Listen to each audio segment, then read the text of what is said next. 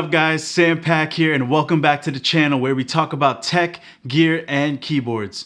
So we're back again with another honest tech reviews where I give you guys my honest thoughts and opinions on a product. And so today we're going to be going over the Wyze headphones, and these headphones are about $50, but it has as many features as a $300 headphone would, which is kind of crazy. So that's why I had to get myself one to test out, and I'll tell you guys right now that these headphones are way worth the price than they're selling for. And if you don't believe me, just keep watching the video. And with that said, let's get started. So these headphones look amazing. The materials that they use are really good and high quality.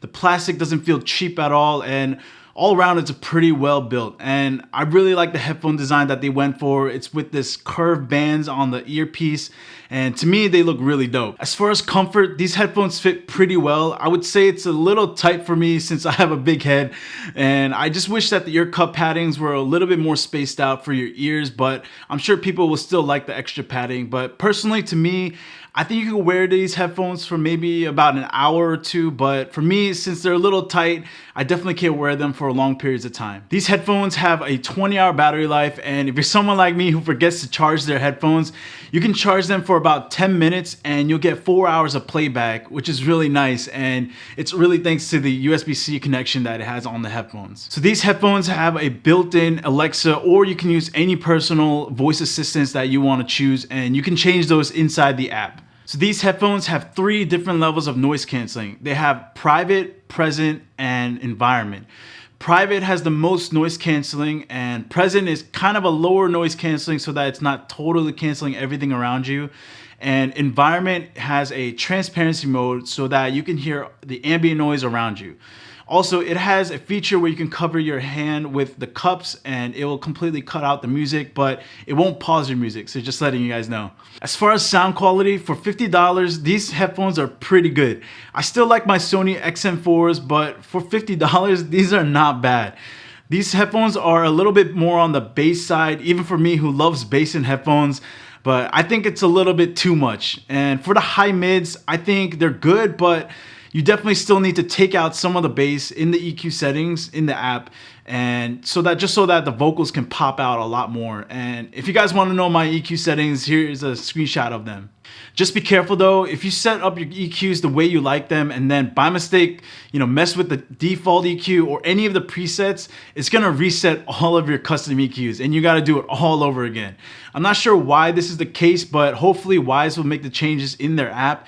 And they should just honestly allow all of them to be customizable so that you can, make a custom preset for, music, gaming, but also allow you to reset them if you really needed to. So some of the things I didn't like about the headphone is that I didn't like the volume buttons. For some reason, when I try to go up for the buttons, it felt like I was always having to skim up or down to figure out where exactly it is, because there is a pause and play button in the middle, and it just kind of was all intertwined with each other, so it was a little harder to figure out where it was. And I don't want to have to always keep skimming up and down to figure out where exactly that in between is, between where the volume up or down is. So I thought that was a little bit annoying, but I felt like they could have made it a little bit better, and that's just how I felt. Another thing I didn't like about these headphones is the power on and off button. Pretty much you just press the power button once and it'll turn it on.